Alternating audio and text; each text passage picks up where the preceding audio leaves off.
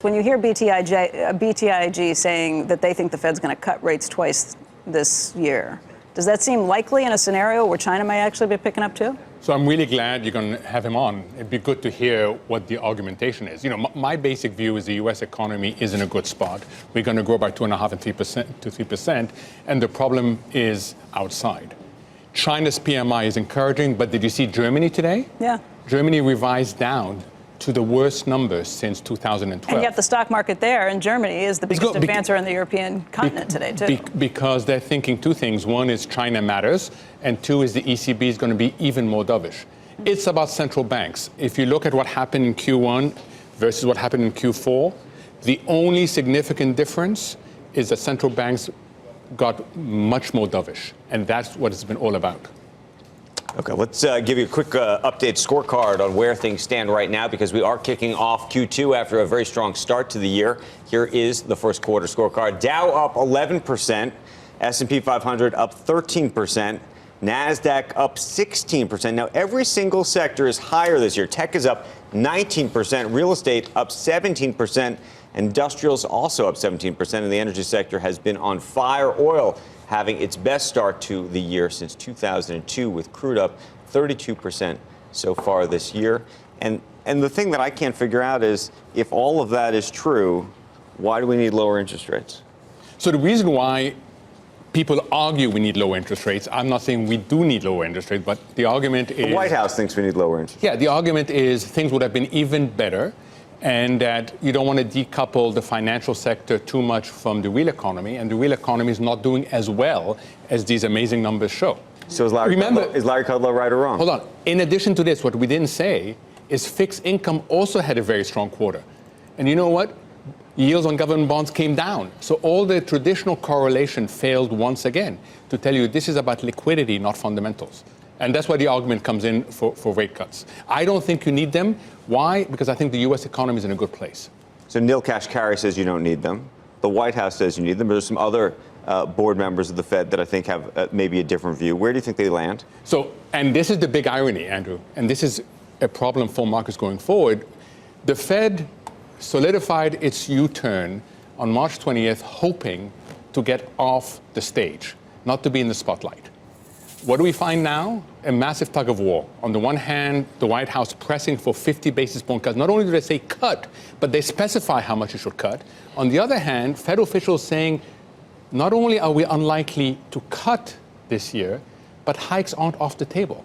And you don't want that to develop. And I think the Fed will be disappointed that its uber dovish U-turn hasn't got it off the stage. It wants to be off this stage. It doesn't want to be on it. Let's get a Fed-related question. Obviously, there's a nominee that's turned out to be somewhat controversial, more than somewhat controversial. Do you think that his appointment, if he were to get appointed, would change the dynamic on the board in a meaningful way? Look, it's hard to say, but imagine that you are the chair. And we're talking about more, I should say. Right. Imagine that you're the chair, and suddenly you have someone that's viewed from the outside world as being politically influenced. That doesn't help you at all. I do feel sorry for Chair Powell, because not only does he have to navigate this divergence in growth, and it's a pretty tricky balance to strike, but he also has to do so with an FOMC that's all over the place. And you think that having somebody in the room, this would be like I've heard people say this would be like having Carl Icahn on your board. So it will be perceived as such. Whether it is or not, I don't think it will be, but it will be perceived as such. And in terms of the stock market going forward, you think that the rest of the year is going to land where, given this scorecard? So I think people have to put the first quarter against the fourth quarter of last year, realize that it's going to be incredibly volatile, realize that they have to revisit certain things. And I tell you, the four things that I come away from this is: one, tactical is as important as being strategic. You need a tactical overlay because markets will overshoot in both directions. Two is, with where long bonds and 10-year bonds are not a good risk mitigator. Cash is a much better risk mitigator. Three is, you better build up portfolios from the bottom up.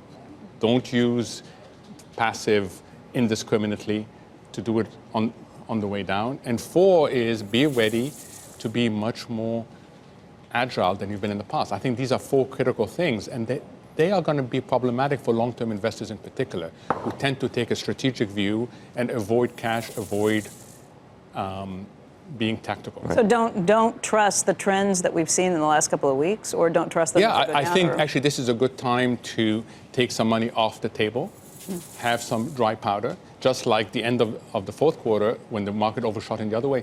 Again, ask yourself, what is the big difference between the fourth quarter and the first quarter? It is not fundamentals. The political situation around the world is just as messy. Growth is just as challenged as it was before. Earnings The Fed has changed its stride. I mean, the big difference is the Fed has changed its perspective, and that can really matter. Then just getting back to the old highs is it then for you?